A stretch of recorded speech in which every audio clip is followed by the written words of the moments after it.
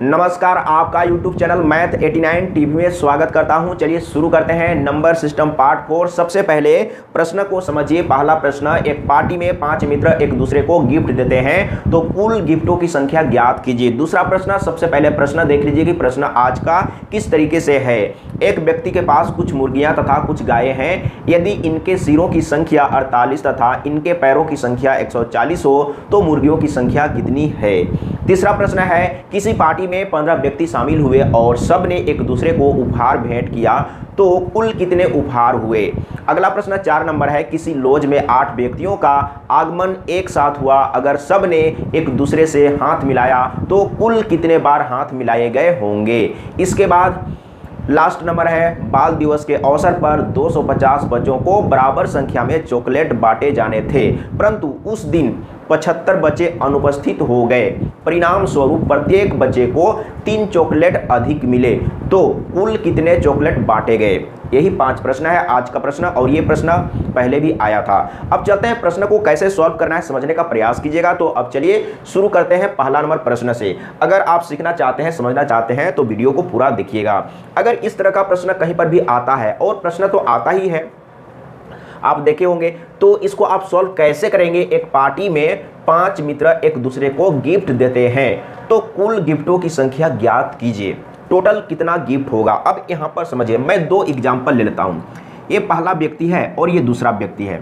मान के चलते हैं यहां पर तो 5 मित्र है ना, लेकिन मैं 2 मित्र सिर्फ मान के चलता हूं। तो पार्टी में गया तो ये भी गिफ्ट लेके गया होगा, अपने लिए नहीं लेकिन इसके लिए लेके गया होगा, तो इसको एक गिफ्ट दे दिया, इसको एक गिफ्ट दे दिया। इसके बाद ये भी इसके लिए गिफ्ट लाया होगा, यहां पर समझते जाइएगा। ये भी इसके लिए गिफ्ट लाया होगा, अपने लिए तो कोई नहीं लाएगा ना, अपने लिए कोई गिफ्ट देगा क्या, नहीं ना, गिफ्ट तो दूसरे को दिया जाता है ना। तो यहां पर समझिए, ये भी इसके लिए गिफ्ट लाया तो अपने लिए नहीं लाया, मतलब अपने को तो नहीं देगा, इसको देगा। तो देखिए 2 गिफ्ट हुआ, टोटल गिफ्टों की संख्या कितना हुआ 2।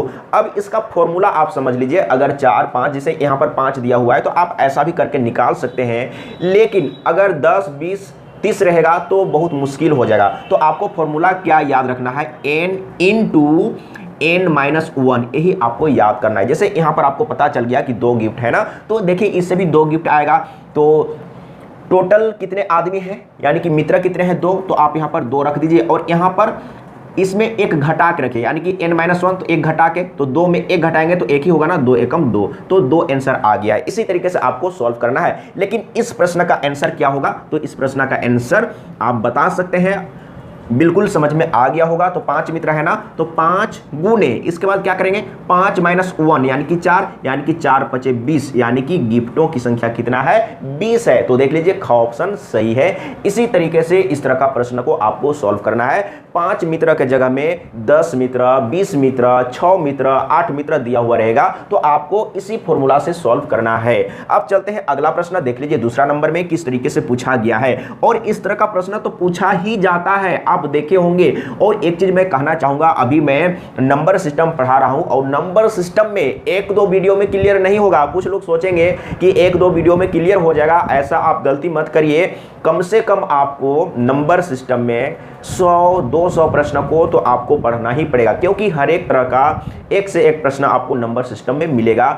और एक चीज़ है, जो भी अभी देख रहे हैं वीडियो को आप कंटिन्यू देखिए, क्योंकि कल का वीडियो किसी ने नहीं देखा, मैंने कल सुबह भी अपलोड किया था, शाम में भी अपलोड किया था, तो सभी वीडियो को देखिए। अगर आप सीखना चाहते हैं, समझना चाहते हैं और नौकरी लेना चाहते हैं तब, अगर ऐसे ही यूं ही आप पढ़ाई कर रहे हैं, टाइम पास कर लिए तो अलग बात है, लेकिन नौकरी लेना है तो पढ़ना पड़ेगा। यहाँ पर समझिए, एक व्यक्ति के पास कुछ मुर्गियाँ तथा कुछ गायें हैं।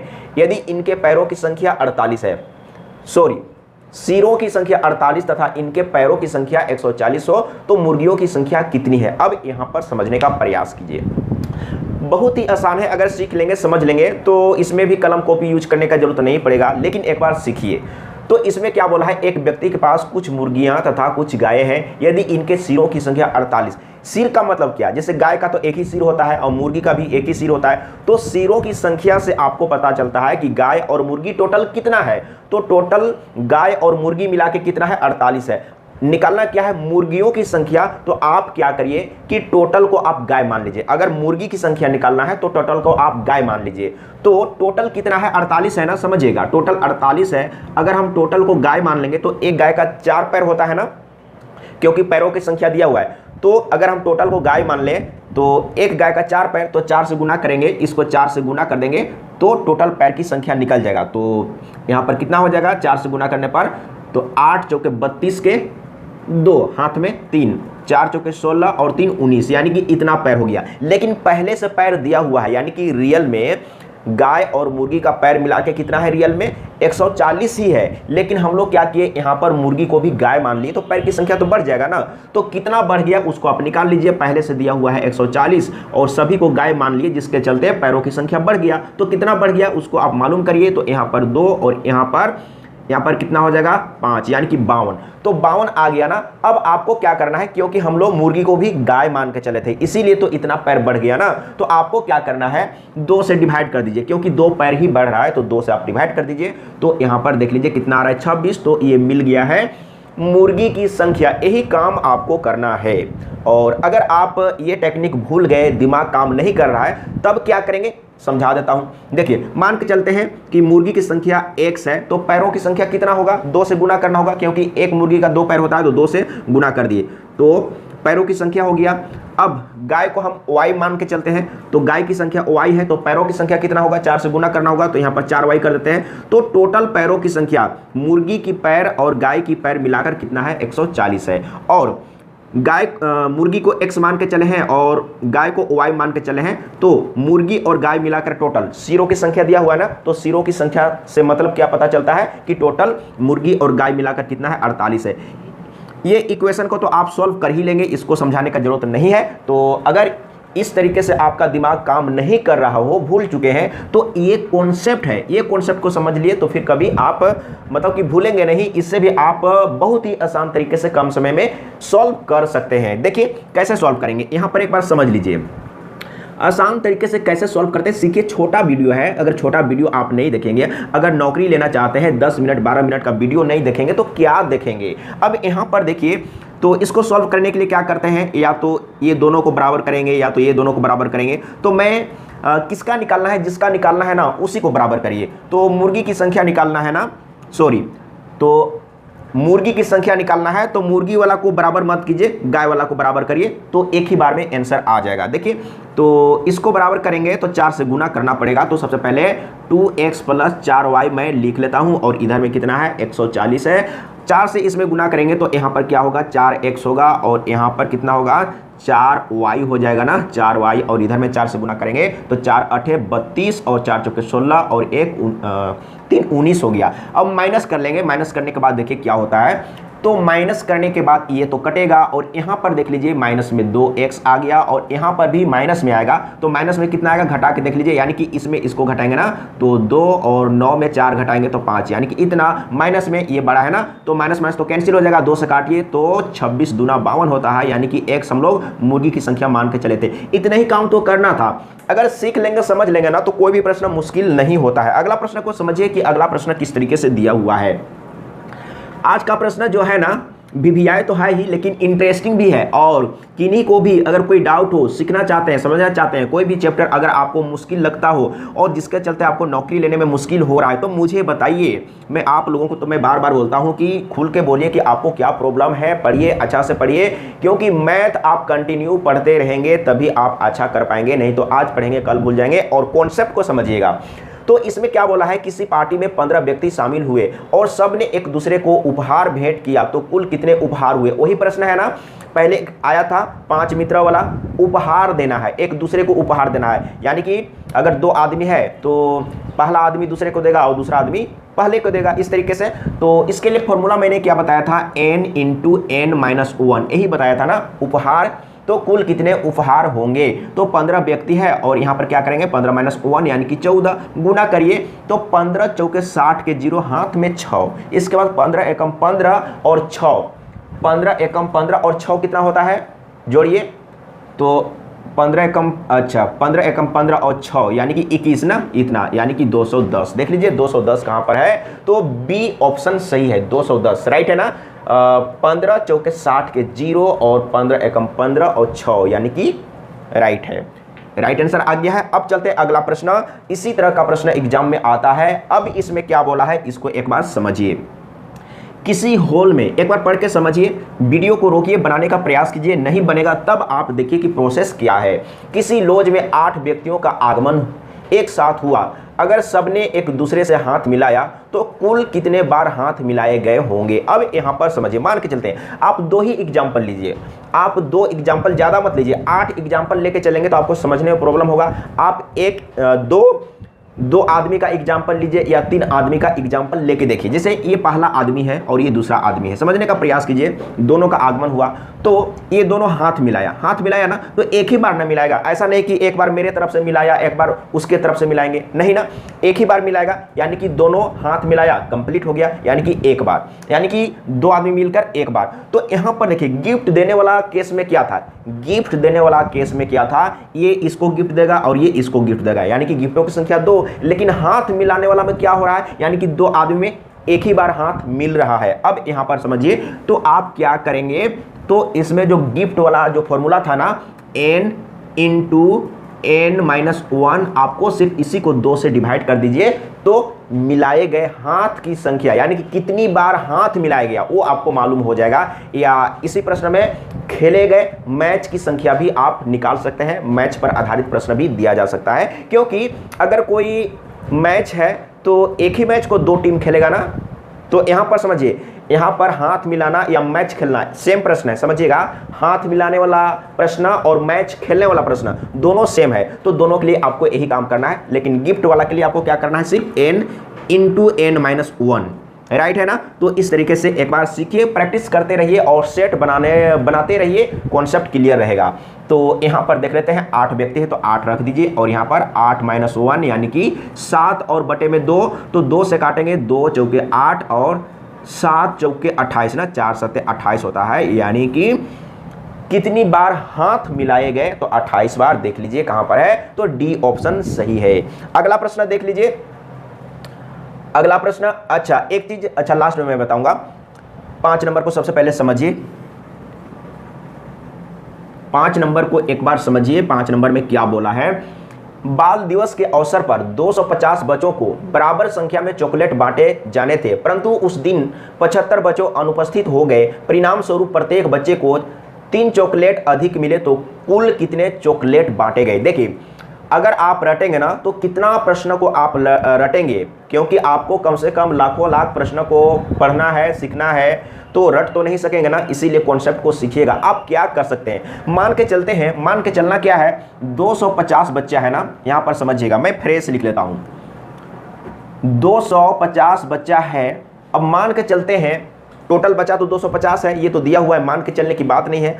अब हम मान के चलते हैं कि चॉकलेट, एक बच्चा को x चॉकलेट दिया जाता है, एक ठो बच्चा को, यानी कि प्रत्येक बच्चा को x चॉकलेट दिया जाता है। एक बच्चा को कितना दिया जाता है चॉकलेट, x। अब समझने का प्रयास कीजिएगा, एक बच्चा को x चॉकलेट, तो 250 बच्चा को कितना चॉकलेट दिया जाएगा, तो गुना करना होगा, यानी कि इसमें इससे गुना करना होगा, तो चॉकलेट की संख्या मालूम हो जाएगा। तो मैं गुना कर लेता हूं, तो गुना करने के बाद क्या हो जाएगा, मैं यहां पर नीचे लिखूंगा थोड़ा सा, 250 गुने x हो जाएगा ना, ये चॉकलेट की संख्या। तो ये आपको क्लियर होना चाहिए, क्योंकि एक बच्चा को हम x चॉकलेट दे रहे हैं, तो 250 बच्चा को चॉकलेट देना है, तो कितना चॉकलेट होगा, तो बच्चा की संख्या से गुना कर देंगे। लेकिन क्या बोल रहा है ना, कि उस दिन 75 बच्चे कम गए, यानी कि 75 आप घटा दीजिए, देखते हैं कि कितना गया घटाने के बाद।